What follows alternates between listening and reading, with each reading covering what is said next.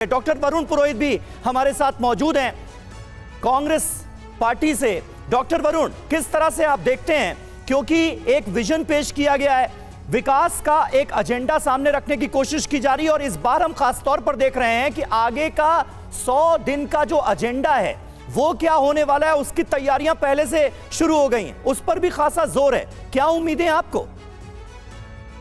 समीर जी, करुणा जी, भारतीय लोकतंत्र की जो नई सरकार बनी है उसकी गौरवशाली क्षण है हमारे देश के लिए। हमारे पूर्वजों ने आजादी दिलाई, जो आज हम ये देख रहे हैं कि नरेंद्र मोदी जी शपथ ले पा रहे। कंचना जी ने सारी बातें एक्सप्लेन कर दी, एक बात रह गई है, नेहरू जी का जो विजन है वो विजन कहां से लाएंगे? आप बताइए। मोदी जी नेहरू जी का विजन तो नहीं ला पाएंगे, ये विजन 47, 97 करते रहेंगे, वो अलग बात है। मैं फिर कह रहा हूँ, सरकारें चलती है हमसे, मैं से नहीं चलती है। जो आपने कहा क्या देखना है, देखना यह है कि इकोनॉमिक डिस्पैरिटी जो हमारे देश में चल रही है उसका क्या करेंगे। आरक्षण, निजीकरण से आरक्षण समाप्त होता जा रहा है, उसका क्या करेंगे। निजीकरण को, पूंजीवाद को बढ़ावा देंगे। चाइना से जो इकोनॉमिक इम्बैलेंस है उसका क्या करेंगे।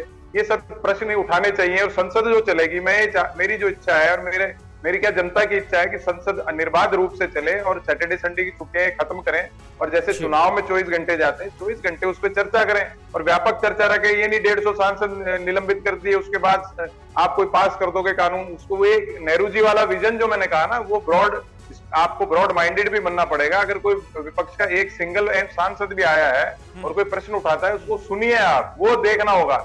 हमसे चलते हैं कि मैं से चलते हैं। अभी से ये देखिए, मैंने देखा सरकार बनते ही तो नेहरू जी को, इंदिरा जी, राजीव जी, अभी फिर शुरू हो गए। अब ये कांग्रेस को कोसेंगे, गांधी परिवार को कोसेंगे, या आगे जो विजन की बात करते हो उसको, विजन में तो ये सब कोसना आता नहीं है। विजन तो एक प्रोग्रेसिव चीज होती है, वो प्रोग्रेसिव सोच लगेंगे। मुझे नहीं लगता है लगेंगे, अभी तक भी बाहर नहीं आ रहे। नेहरू जी से कंपैरिजन स्टार्ट कर दिया। अरे भाई, नेहरू जी का कंपैरिजन आप नहीं कर सकते, पूर्वजों का कंपैरिजन हम नहीं कर सकते कभी। पर ये नहीं मानेंगे। मुझे ऐसा लग रहा है कि जो एक स्वभाव, एक जैसे केमिकल प्रॉपर्टीज होती हैं एलिमेंट की, वो मुझे नहीं लगता बदल पाएंगे। अगर बदलेंगे तो स्थायी सरकार लंबी चलेगी, नहीं बदलेंगे तो लंबी सरकार नहीं चलेगी। ठीक है। इकोनॉमिक डिस्पैरिटी पे ध्यान देना, जातीय जनगणना की विपक्ष ने बात की, उसका क्या आधार होगा, कैसे क्या करेंगे, देश को बताएं। नहीं बताएंगे तो विपक्ष उस पर प्रश्न उठाएगा और विपक्ष उठाएगा प्रश्न तो आप निलंबित करोगे क्या सांसदों को? तो वो मैंने फिर कहा, ब्रॉड माइंडेड होकर के सबको साथ लेके चलने की जो विजन जिसका आपने कहा, वो ब्रॉड माइंडेड होना पड़ेगा, ब्रॉड विजन करना पड़ेगा। पूंजीवाद, निजीकरण से इनको हटना होगा। महंगाई और बेरोजगारी से जनता परेशान है, क्यों परेशान है उस पर आप चर्चा करिए। महिलाओं के प्रति जो अत्याचार देश में जगह जगह, मणिपुर पे वापस फोकस होगा कि नहीं होगा? खाली संदेश खाली जैसा एपिसोड तो उठा दिया इन्होंने। या जो बिल्कुल ये वो मुद्दे हैं जो कि इस वक्त कांग्रेस की तरफ से हमने देखा कि कैसे चुनाव के दौरान भी उठाए गए और अब सरकार गठन के बाद भी इन मुद्दों को आप सामने रख रहे हैं। लेकिन इस बीच जेडीयू का रुख करता हमारे साथ निहोरा प्रसाद जी जुड़े हुए हैं जेडीयू से। निहोरा प्रसाद जी, आप तो देखिए सरकार के साथ है, नरेंद्र मोदी के साथ है, तो किस तरह से भूमिका होगी? अभी आपने देखा पुरोहित साहब जिन सवालों को उठा रहे थे, चाहे वो जातिगत जनगणना हो या फिर कई बड़े फैसले जो पिछले कार्यकाल में छूट गए, लेकिन इस कार्यकाल में कहा जा रहा है कि नरेंद्र मोदी की सरकार 3.0 इसको पूरा करना चाहेगी। तो क्या हर बड़े फैसले के साथ आपका पूरा 100% 100% समर्थन होगा सरकार को? कैसी भूमिका आपकी होगी? अब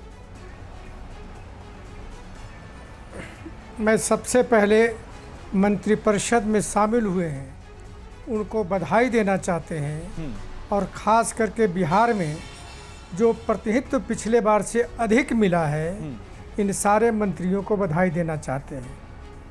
और जहाँ तक पुरोहित जी ने जो सवाल उठाया, मैं बहुत उन चीज़ों पर नहीं कहना चाहता हूँ, क्योंकि टेप है इनके पास।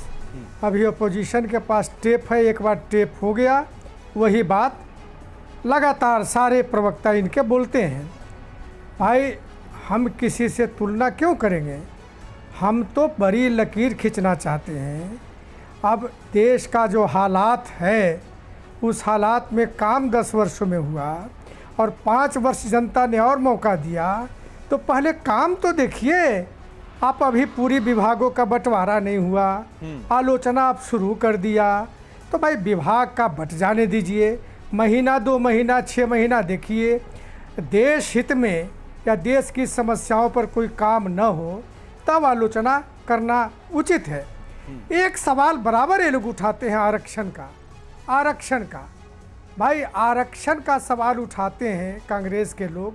मैं आरजेडी को नहीं कह रहा हूँ, कांग्रेस को कह रहा हूँ। तो ये बताइए जरा, आज़ादी के बाद जब तक आप केंद्र में मंत्री सरकार आपकी रही जी, तब तक केंद्र के नौकरियों में आरक्षण क्यों नहीं आपने दिया?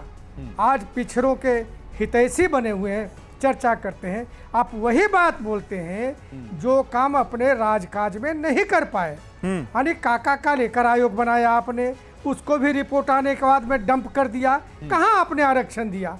55 वर्षों तक पिछड़ों को छला आप लोगों ने। आज भले ही पिछड़ों की बात कर रहे हैं, खैर वो बात खत्म हो गई, लेकिन मैं इतना ही कहना चाहता हूँ कि जो सरकार बनी है तीसरी बार आदरणीय नरेंद्र मोदी जी के, निश्चित रूप में देश को दिशा देगा। देश के मध्यवर्गीय परिवार, देश के जो गरीब परिवार हैं, सारे के हितों के लिए निर्णय लिए जाएंगे, इतना ही मैं कह सकता हूँ। ठीक है।